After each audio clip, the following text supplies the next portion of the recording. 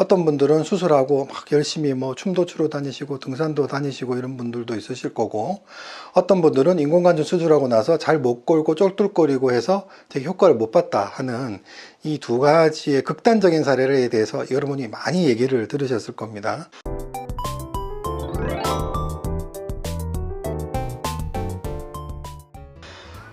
안녕하세요. 거꾸로 읽는 통증 이야기 통증TV에 오신 것을 환영합니다. 저는 통증 클리닉을 운영하고 있는 의학박사 박정근 원장입니다. 오늘은 앞으로 3시간에 걸쳐서 무릎 수술, 인공관절 수술에 대해서 조금 말씀드리도록 하겠습니다. 그러면 본격적인 내용에 앞서서 구독, 좋아요, 알림 설정을 해주시면 보다 많은 분들에게 유용한 정보를 전달해 드리는데 많은 도움이 됩니다. 구독, 좋아요, 알림 설정!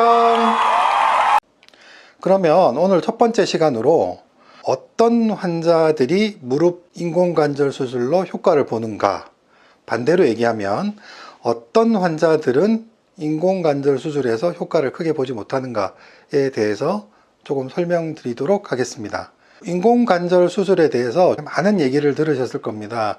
어떤 분들은 수술하고 막 열심히 춤도 추러 다니시고 등산도 다니시고 이런 분들도 있으실 거고, 어떤 분들은 인공관절 수술하고 나서 잘 못 걸고 쫄뚝거리고 해서 되게 효과를 못 봤다 하는 이 두 가지의 극단적인 사례에 대해서 여러분이 많이 얘기를 들으셨을 겁니다. 이런 양극단에 있는 환자분들이 존재하는데요. 무릎 인공관절 수술하고 효과를 보시는 분들도 있고 되게 그 다음에 기능을 잘 못하시는 분들도 있습니다. 그래서 이런 분들이 어떻게 갈라지게 되는지 설명을 드릴 텐데, 솔직하게 정형외과 선생님들이 이 부분에 대해서 이렇게 설명해 주는 경우가 많지 않기 때문에 제가 환자를 수술 의뢰하고 결과를 보면서 겪었던 입장에서 좀 설명을 드리도록 하겠습니다. 그러면 어떤 경우가 수술 예후에서 굉장히 중요하냐? 첫 번째는 수술이 실제로 잘 됐는지, 수술에 문제가 없었는지에 대해서 생각해 볼 필요가 있겠죠.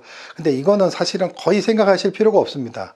우리나라 의료기술이 굉장히 좋아졌기 때문에 인공관절 자체도 좋아지고 수술도 굉장히 다 잘하시기 때문에 굉장히 상향평준화가 되어 있습니다. 그래서 수술을 어느 병원에서 더 잘하고 잘 못해서 예후가 좋다 안 좋다 이런 거는 사실 거의 없다고 보시면 됩니다.